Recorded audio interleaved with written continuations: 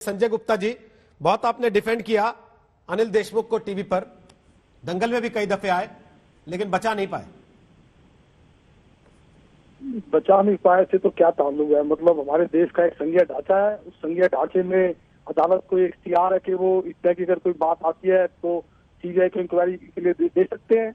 और अगर उस इंक्वायरी का सम्मान करते हुए अनिल देशमुख जी ने अपने स्वयं इस बात का निर्णय लिया कि मैं इस्तीफा दे देता हूँ, तो इससे क्या मतलब ये किस लिए इतना हो हल्ला मचा रहे हैं?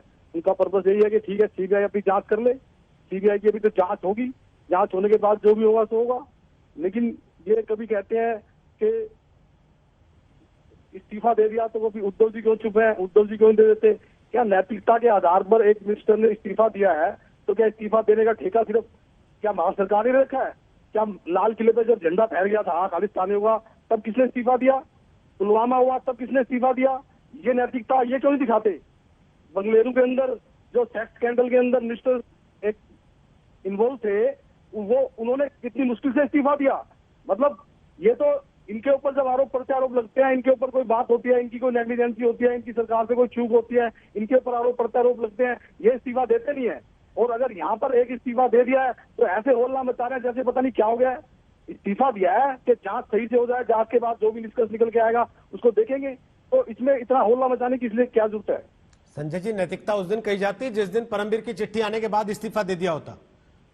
नैतिकता को जागने में 15 दिन लगते हैं क्या? चिट्ठियों के आधार पर यदि इस्तीफा दिया जाने लग जाएगा तो फिर तो इस देश में मुझे लगता नहीं कोई मिनिस्टर बच पाएगा कि कोई भी आरोप लगा देगा किसी के ऊपर और फिर उसके बाद वो इस्तीफा देने लग जाएगा। ऐसा तो कोई रूल नहीं है। संजय जी, मैंने आपसे उस दिन भी कहा था कि परमबीर सिंह कोई भी नहीं है, वो देश की आर्थिक राजधानी मुंबई, जिसकी पुलिस सबसे ज्यादा स्ट्रांग पुलिस में गिनी जाती है देश की, उसके मुखिया थे। लेकिन रोहित जी, हमारे देश के अंदर करप्शन का चार्ज लगाने के पीछे वो चाहिए, आपको एविडेंस चाहिए, ट्रांजैक्शन चाहिए, डिमांड चाहिए, रिकवरी चाहिए, जिसमें से कुछ भी नहीं है। सिर्फ वर्बली कह देने से क्या ऐसे प्रूफ हो जाता है? इसकी कोई भी वैल्यू नहीं होती कानून के अंदर। लेकिन फिर भी क्योंकि अदालत ने इसमें जांच के आदेश दिए हैं तो अनिल देशमुख जी ने इसको स्वयं संज्ञान लेते हुए अपना इस्तीफा दिया है।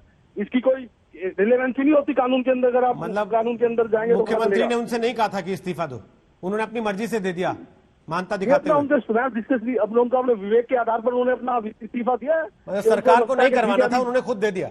सरकार चाहती थी कि वो बने रहे। इस तरह के आरोपों प्रत्यारोपों पर अगर इस्तीफा देने लग जाएंगे तो फिर तो सरकार चलाना बड़ा मुश्किल हो जाएगा।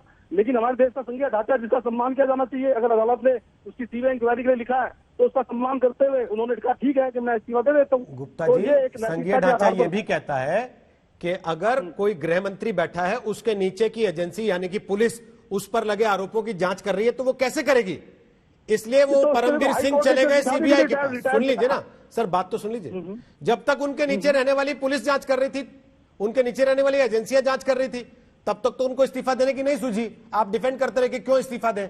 आज जब सीबीआई के पास जांच चली गई तो आप कह रहे हैं कि वो इतने महान आदमी, उन्होंने खुद इस्तीफा दिया है।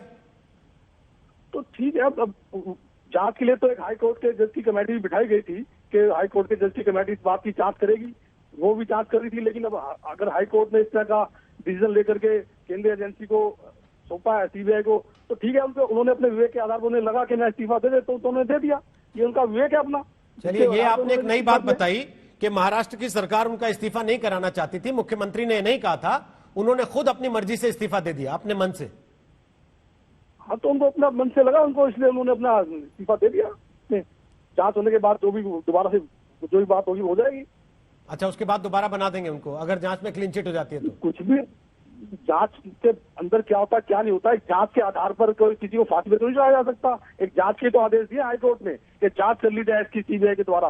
जांच के आधार पर आप किसी को दोषी थोड़ी ना इख्तियार करा सकते हैं, या जांच के आधार पर आप किसी को कोई मुस्लिम थोड़ी ना बना देंगे कि इसके ऊपर किस तरह का एक्शन लिया जाएगा। मैंने तो कभी एक बार भी दोषी शब्द का इस्तेमाल नहीं किया क्या? मैंने पूछा कि जांच में अगर क्लीन चिट हो जाती है दोबारा उनको गृह मंत्री बना देंगे। कह रहे हैं नहीं, आप नहीं कह रहे, लेकिन बीजेपी के नेता तो इस तरह से कह रहे हैं जैसे जांच के आदेश दे देने से पता नहीं क्या मिल गया इनको, जैसे पता नहीं क्या इनके हाथ में लग गया है। कभी कहते हैं कि उद्धव जी क्यों नहीं इस्तीफा दे देते, कभी कहते हैं ये क्यों नहीं, ये सरकार क्यों नहीं चली जाती। तो मतलब क्या इस तरह की जांचों के आदेश के आधार पर सरकारें गिरने लग जाएंगी? अब क्या मुख्यमंत्री इस्तीफा देने लग जाएंगे? अब जब परमबीर ने नाम लिया गृह मंत्री का तो गृह मंत्री को जाना पड़ा। अब जांच में अगर कहीं इशारा और आगे चला जाता है तो आपको लगता है अनिल देशमुख के जाने के बाद उद्धव ठाकरे सिक्योर हैं? महाराष्ट्र की सरकार सिक्योर है एकदम?